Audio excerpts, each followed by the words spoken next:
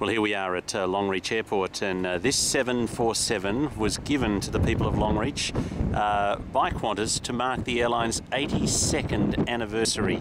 And they had quite a drama landing the plane here because the airport runway is only half the length of the standard runway size to land that sized plane. This hangar here is the original Qantas hangar from which the airline began in around the 1920s.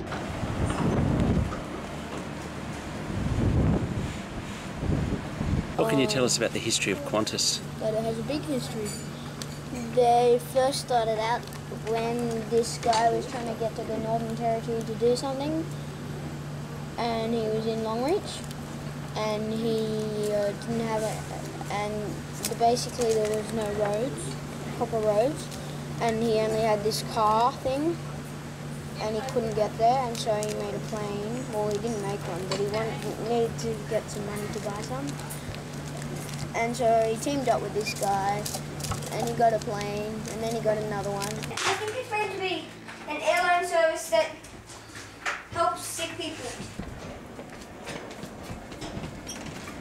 And this is the actual room where the founders of Qantas ran the airline from, and it's just here in the original hangar.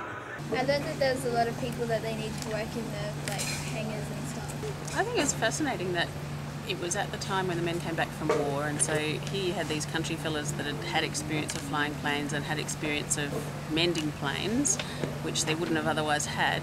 And it's not built out of the rich people in the city wanting to be tourists, it's built out of the struggling people in the country who are really isolated and can't get the basics, can't get medical care, can't do anything. You need a lot of people to make a hangar, and then it was given an opportunity to do a mail service, and that kind of started it off. That's fascinating. Once there was this guy who flew a plane, and he found out that his passengers were asleep, and he decided it was a chance to do a loop, and at the top of the loop, his passengers woke up, and they were still screaming when he landed, and so he got fired. And Brian Brown's mother used to work here too. That's fascinating as well. She was the junior stenographer. Well, the song says Longreach is praying for rain, and that's definitely our experience. It is dry and dusty here in Longreach. Bobby, I want to tell you a story. Long time ago, before I met your mum, I used to work in radio, and one of my jobs in radio was to work for 1 year. I put together the Rural News, which was the news for Country Australia, and so in putting together the news for Country Australia, and it was a news service that only got broadcast in the country and didn't get broadcast in the city, and so it was about the issues that were of interest to country people. And so we did all sorts of agricultural news and wheat farm news and all those kind of things. But one of the stories that we did was the opening of the Australian Stockman's Hall of Fame. And so this place we're going to now opened while I was the rural news editor of the TUE United Network. And so I did lots and lots of stories about the preview of the opening, the Queen coming. I think she came and opened it, and then the actual opening day, and then all sorts of reviews of it, and so I've always known it was a place that I wanted to visit, and I've never been there before, and I've always known it's a place I wanted to visit, and so now we're going to go and do that visit. Convinced that an inland sea existed, Sturt set out on what became his final expedition in 1844. This expedition lasted 18 months. And to his disappointment proved that an inland sea did not exist. Peter Egerton Warburton.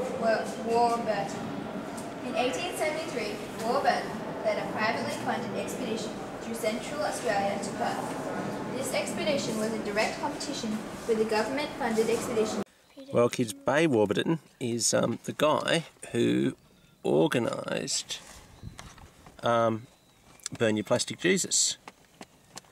And he's a friend of mine, and this looks like this is a memorial to a relative of his And it looks like Peter Egerton Warburton headed out on the 18th of April 1873 for Western Australia from here all the way to go to the West Australian coast in 1874, and then he died in 1889, and then it looks like in 1989 his relatives met here to remember what he did 100 years earlier.